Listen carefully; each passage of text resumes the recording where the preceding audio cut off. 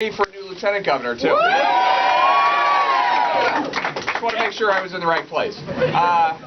Look, you know, a few months ago, actually starting in April, is when our campaign officially began, and it's been a journey in a lot of different ways. I've been actually this weekend. I've been in 87 out of the 88 counties, and been to this county, of course, many times.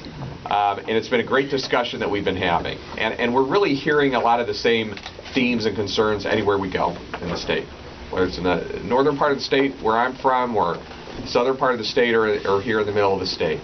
And really, if you had to boil it down to what's on people's minds and what they're concerned about, it's that they really have gotten the sense that in the last 3 years, state government has been run for the benefit of a very small group of people. And if you think about it, that's what's been driving all of the policy in the last few years, whether it was Senate Bill 5 or the cuts to local education or the cuts to the local government fund, all the teachers that got laid off, all the firefighters that got laid off, whether it was the tax policies that rewarded a very few people at the top end of the scale while sticking the bill with the rest of us. The way Governor Kasich has run his administration is that there's an inside group and there's an outside group. And if you're in the inside group, it's been very, very good. It's been a miracle, as he's described it. And if you're in the outside group, like some of the people, as we just got today's jobs numbers, where the unemployment rate is now up to 7.5%, higher than it's been since February of last year. If you're in the outside group, it's not so good. I said that to an audience the other day, and they said, somebody in the audience asked, how do I know if I'm in the inside group or the outside group? Well, if you have to ask, you're not in the inside group, okay? So you probably know, because for those folks, it's been very good.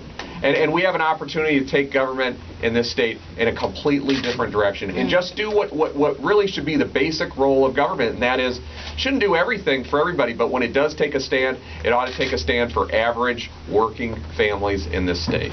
That's what's so important.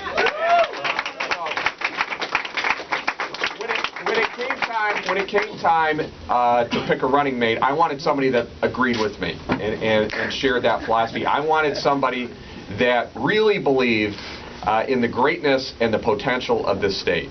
But they didn't just say they believed it. You know, we're on this is actually today's a kind of a solemn anniversary. It's the 50th anniversary of President Kennedy's death, and in Dallas 50 years ago today. One of the things he was going to say in the speech that he never got an opportunity to deliver in Dallas 50 years ago was that words alone are not enough.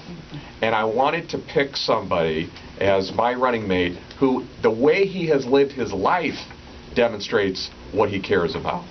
And I found a person in our running mate who is somebody that's been a public servant for many years. He's a family person, and he's committed to his family as well.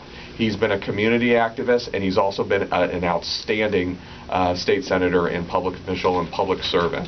And he's somebody that's not just going to be great on the campaign. I can tell you, as we've campaigned across the state, he's already proven that. He's also going to be a great partner with me when, after November of next year, we're going to take this state in a whole different direction. We're going to put it back on your side, and that's why I'm very pleased to introduce to you my friend and the next Lieutenant Governor of the state of Ohio, Eric Kearney.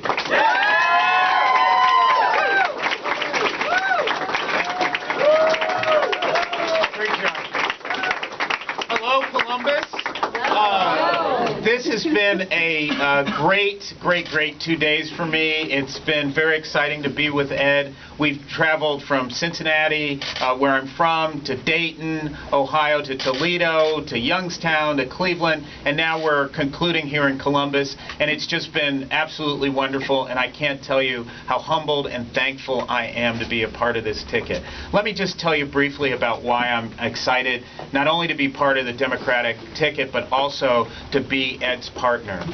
One, he believes in economic development and revitalization, which is something that I certainly believe in. My wife and I own a small business, and we understand those struggles, and we understand the need for leadership to help with economic development and really turning places around.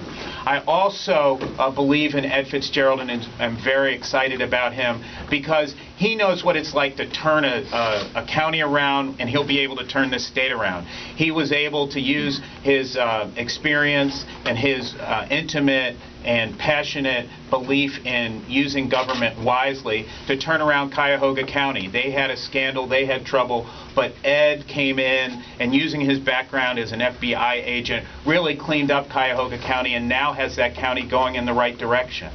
And then another thing I'd like about Ed is his commitment to children and his commitment to education. Let me give you two examples of that. One is his expansion of universal pre-K or pre-kindergarten. That's something wonderful that he's done in Cuyahoga County. And then the other thing that he's done, and I want to remind people, he is the only person in the country who's been able to implement this idea. In Cuyahoga County, they have a savings plan for children who want to go on to college or want to go on to a 2-year institution or go on to get vocational education.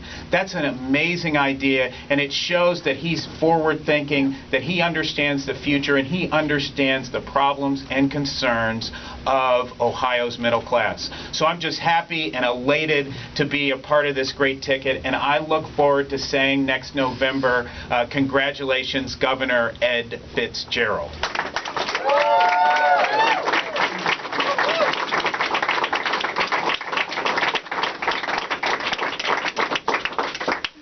With that, we'll take a few questions over here.